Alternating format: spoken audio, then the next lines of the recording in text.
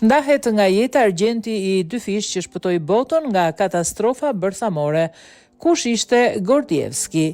Ish agenti dy fisht i KGB-s Oleg Gordievski, i cili ndihmoi në shmangjen e luftës botërore, duke i dhënë informacione sekrete Britanisë së Madhe, ka ndruar jetë në moshën 86 vjeç.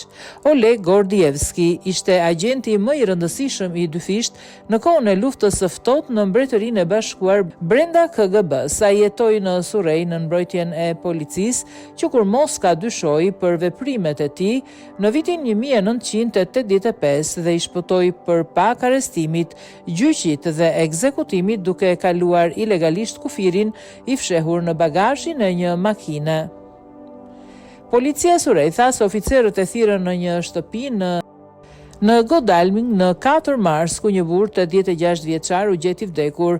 Vdekja aktualisht nuk po trajtohet si e dyshimt dhe nuk ka asgjë që sugjeron ndonjë rrezik të shtuar për anëtarët e publikut. Ai u rekrutua nga M6 e Britanisë në fillim të viteve 1970 dhe pasi u zhgënjye nga Bashkimi Sovjetik dhe ishte spiuni më i vjetër sovjetik që dezertoi gjatë luftës së ftohtë. Duke përdorur emrin e koduar Hetman për më shumë se një dekadë, raportet e tij i dhan Britanisë njohuri të paçmueshme për të menduarit e udhëheqjes sovjetike dhe të KGB-s në fillim të viteve 1980.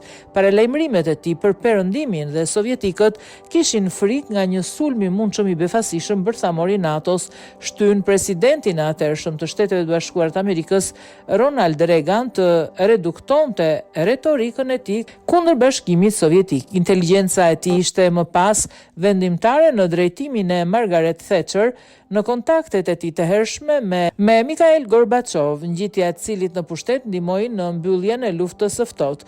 Në vitin 1985, ndërsa ishte kreu i rezidencës në KGB në Londër, dyshimet se ai mund të ishte një spiun britanik e bëri atë të thirret në Moskë, u drogua dhe u mor në pyetje.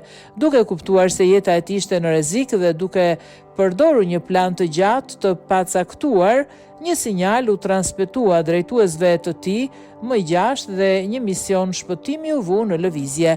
Shenja se një shpëtim ishte duke u zhvilluar ishte një burrë që po kalonte pranë tij në rrugë në Moskë, duke mbajtur një çantë Harrods dhe duke ngrënë një bar Mars.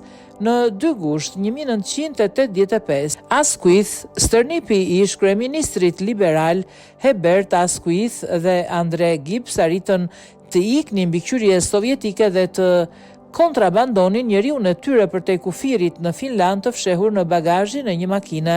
Në mungesë të tij, Gordievski u dënua me vdekje në Rusi për tradhti. Gruaja dhe vajzat e tij u mbajtën në mbikëqyrje 24 orëshe të KGB-s për 6 vjet përpara se të lejoheshin të bashkoheshin me të në Angli në vitin 1991. Ai jetoi pjesën tjetër të jetës në mbrojtjen e Mbretërisë së Bashkuar në Godalming, Surrey, duke shkruar një numër të madh librash dhe duke u pritur nga zonja Thatcher dhe zoti Reagan në zyrën ovale. Në vitin 2007 ai u nderua nga mbretëresha Elizabeth II, duke u bërë shoqëruesi i urdhrit të Shën Michael dhe Shën Gjergjit në një ceremoni në pallatin Buckingham. Është i njëjti nder që mban spiuni imagjinar James Bond. Një vit më pas, Gordievski tha se ishte helmuar dhe kishte kaluar 34 orë në koma pasi kishte marrë pilula gjumi të ndotura që ishin dhënë nga një bashkëpunëtor i biznesit rus. Rreziqet me të cilat ai u përball u theksuan vitin 2018 kur ish oficeri rus i inteligjencës Sergei Skripal dhe vajza e tij u helmuan me një agent nervor të prodhuar nga sovjetikët në qytetin anglez Salisbury, ku ai kishte jetuar i qetë prej vitesh.